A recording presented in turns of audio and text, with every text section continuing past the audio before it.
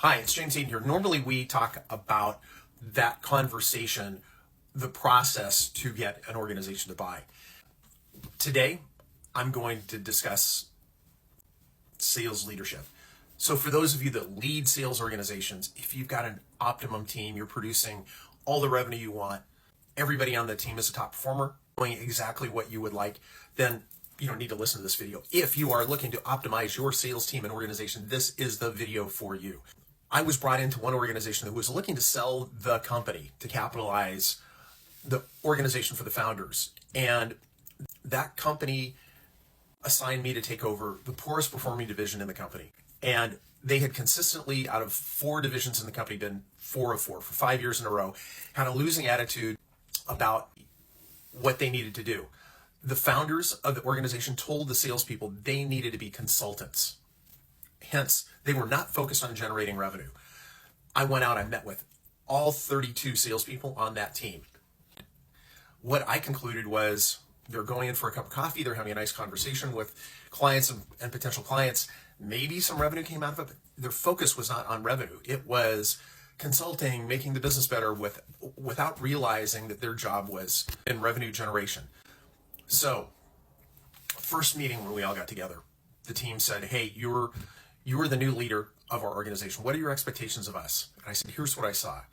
My expectation is you optimize, you maximize your time in revenue generating activities with prospective buyers, period.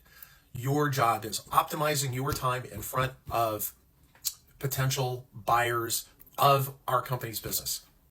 The team heard that 100 times. That became my singular focus with the organization. Number one, showing them the techniques, the conversations, the processes that you all hopefully have listened to in some of the other videos, and creating buzz in the organization was important.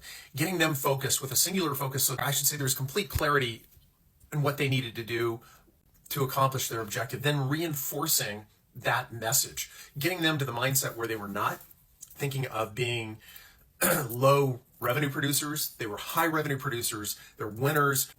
They're creating great things. Out of those 32 people, there was one transition out of the organization. That was it. Everybody else, they were great people, a great team, needed to be refocused. As an example, one of the things when we had our meeting at mid-year was we met in Arizona, and the team wanted to know the attire for the meeting. My focus was singular on that team, getting everybody focused on revenue generation and exceeding the expectations, the objectives we had for the business. So when I was asked what the attire was, I said, dress in a way that will show how you're going to optimize your revenue. It was unbelievable. We had so much fun with it. And dress as a pimp that was pumping incremental margin profitably and on and on and on. Super women, super men, all of that. But the key was there was a focused effort. In addition, in the meeting, I brought in key product people in the organization. And what I did was I asked the team, I said, what is it that could stop you from making your objectives this year? Went around each person, some of the issues were around the product. My commitment to them was I said, I will have answers for you on these by midweek next week. Some of the things I may not be able to solve, but I will at least have answers back to you. I will remove the blocking factors from you achieving your goals and to be successful. What I would ask of you is that you commit right now to exceed the objectives that you have, goals for the year. What happened that year with that focus?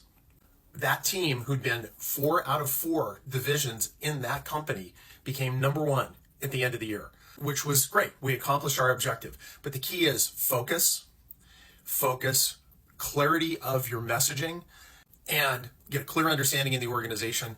And again, I believe an effective sales leader needs to be able to get out and model behavior for the sales team.